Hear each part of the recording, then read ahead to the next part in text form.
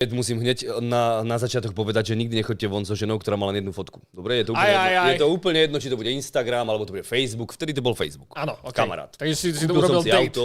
Kúpil som si auto, moje prvé auto E39 na Bavoráčik. Kokos, idem vygoogliť, lebo ja som kokot v autách. E39 2003 ročník, 3 liter, nádherné 2003. auto. Staral som sa o to jak blázen, však to prvé auto. Bomba to bola, ti hovorím, to bolo vtedy ako raketoplán.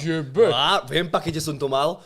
Ty kokos. Bolo to pekné. No a toto nie je M-paket. To ešte v M-pakete, to bolo fakt pekné autičko, nebol som na to pyšný.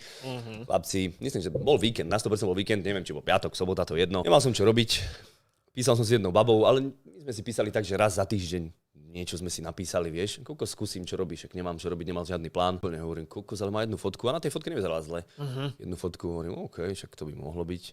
Tak jasné, stretneme sa v Trenčíne na námestí pri tom, tam je vodník, taký, čo pluje vodu. No tak som tam stál a zrazu, tam sú lampy, zrazu vidím ty kokos zo 100 metrov niečo a strašne to lesklo.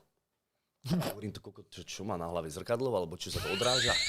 Kámo, 70 metrov odo mňa, 50, už to išlo ku mňa, som mal 19 alebo 20 rokov, lebo som mal tú E39 do 20 rokov, takže som mal buď 19 alebo 20 rokov. Kúkám, ide to ku mne, počúvaj, tak namalovanú ženu, to si nevidel.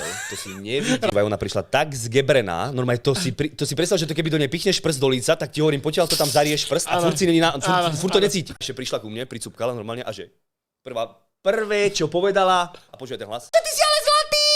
A ja, že ty a hneď som si zase prepočítal, že aj jeblý dement, že som si nemohol doma vyhoniť cicinu a hrať lolko do 4 do rána. Že ty koko, že to čo sa ako stalo, že to kde teraz mám čo ísť, kam s týmto. Tak kúkam. Tak sme si dali pusunie hneď a hneď celý oblomeho som bol jasný a namalovaný som už bol aj ja. A hovorím, že to čo mám teraz spraviť, že to ako... No však pôjdem niekam, dám si nejaký drink, uvidím, ty kokos má strašne pisklavý hlas, extrémne pisklavý hlas a fúrt sa vypytovala blbosti a ona sa ma aj 4-krát za večer opýtala to isté, hovorím, že to už som ti odpovedal. Viem, že tatko bol zmrzlinár, to viem, že tatko má zmrzlinu, áno, a bola desi z Turecka alebo odkiaľ.